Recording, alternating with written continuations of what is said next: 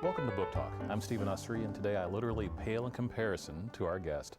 It's the tan, the myth, the legend, George Hamilton. Thank you for dropping by, George. Thank you. Nice to see you. Pleasure to be here. George Hamilton, of course, is an international film and television star, and he's known for such dramatic roles in The Godfather 3 and Home from the Hill, zany comedies like Love at First Bite and Zorro the Gay Blade. And he's even done a few biopics like Your Cheatin' Heart and Evel Knievel.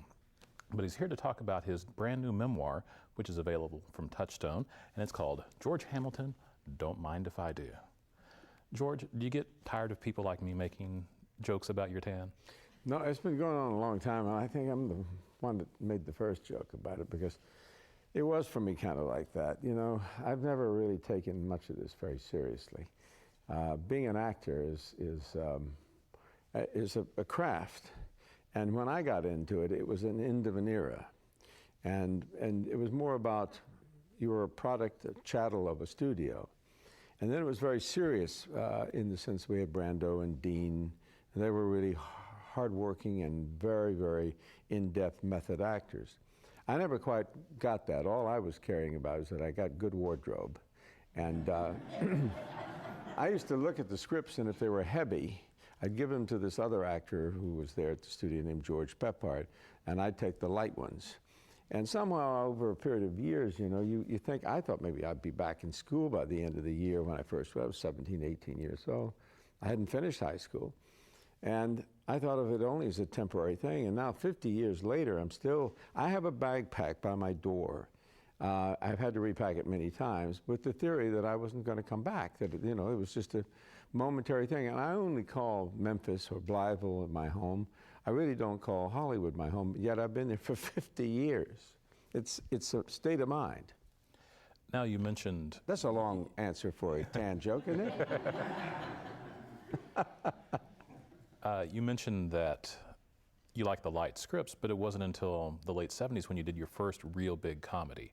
Why did it take so long to get around to doing comedy? I started out as this very kind of brooding, dark young youth who Vincent Minnelli wanted for Home from the Hill. And I'd done one movie, a small film called Crime and Punishment, which was an updated Dostoevsky classic. But I was about to go out of contract with MGM when I did Your Cheating Heart, which Elvis had been offered and didn't want to do, and Colonel Parker told me I should do it. And everyone thought of me as a very serious actor, albeit hit and miss good pictures. I had to do a bunch of pictures like Where the Boys Are, which were kind of like, you know, they were the American graffitis of their day. But only when I realized it was almost over did I get serious about comedy. I realized that comedy is what I really like doing. And I thought, if I could produce a movie, it was as easy at getting the money to make a movie, raising it, as it is to convince your agent you're right for it. So I thought I'll just raise the money for a movie and talk about the movie and how funny the movie could be, and then come up with the idea that maybe I should be in it at the last minute. So I think that was the reason I did it. Love at First Bite was a funny idea, and I came up with one night having been slightly overserved in a pool and talking to this writer, and I started doing Lenny Bruce jokes. And I thought, gee, Dracula would be a funny guy to do, but he should be the victim. And we started talking about where would it be? Well, Dracula in New York, and he's just nothing but an anachronistic, old-fashioned gentleman who happens to need a little blood. Otherwise, he's a pretty good guy. And that picture, for some reason, caught on and was a huge hit. And I produced it, raised the money for it, and now own that film. And there's still talk of a sequel to it as we speak. Zorro the Gay Blade was another story. I had the same writer, but unfortunately, he had said something to the financier that upset him, and they wouldn't use him. And all I had was a title, The Gay Blade. And I kept trying to think, how can I make this title into a movie? And in 8 weeks, having the money, I went out and hired a writer, and worked with him on it and tried to make it an homage to every one of those swashbuckling movies that I had seen, with a bit of Scarlet Pimpernel and the Corsican Brothers and you know, a bunch of those kind of movies. And I got nominated for that. So comedy came along late for me. And I've always been a comedian, and I got my timing from going out in the theater working between movies. I'd make people think that I was off in the south of France, you know, in Monte Carlo or something. But the truth is I was working in the boonies every night, billed just below the roast beef. Now, one of your inspirations for the more effeminate brother in Zorro the Gay Blade was your older brother, Bill. My older brother, Bill, was just great. He was my half-brother, half-sister. And and he was at the beginning. I couldn't quite understand. I was a little boy, and I'd go off and he'd say, "Come in, we're playing." And I'd go in the room and he'd be playing, getting on the bus, and he'd have a little purse, and there'd be a friend of his and there'd be a person. They would pretend they were ladies waiting for the bus, and he said, "You'll play the child." I said, "I'd play what?" And I'd sort of stood there, and then they would giggle and get off the couch and get into the bus.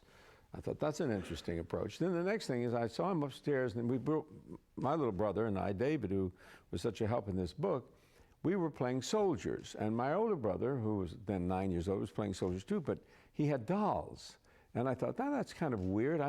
What kind of armies he run? Then I realized, well, in those days it was the wax and the waves. And then later he said to me that my mother was talking one night, and she said that she loved Clark Gable. And my brother said he loved Betty Grable. And I thought, that's nothing abnormal about it. And my brother turned to me, my little brother turned to me, he said, no, he wants to be Betty Grable. But he was an inspiration in my life. He taught me a lot of things. He gave me an eye for beauty. His sensitivity and his intelligence was phenomenal. And he was the Svengali of the family. We were a team. My real job in that team was to pull the wagon. And my little brother was the wagon maker. He would fix everything and whatever. And my older brother was this man who could conceive anything and get it done because he could make other people think it was their idea. And my mother was this fairy princess who he kind of dressed and created into being this almost like Hollywood star. And I never wanted to be an actor, and to this day don't believe I am, but I did want to be a doctor.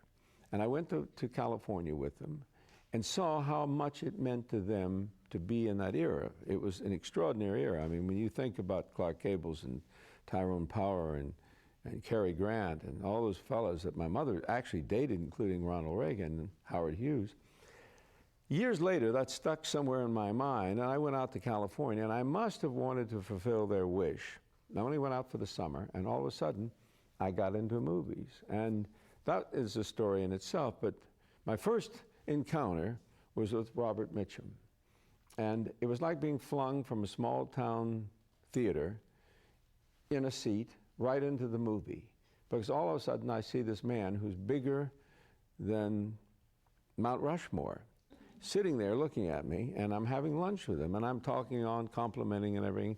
He just looks at me, he said, "You know, they say I don't know my lines. It's not true, I'm just too drunk to say them."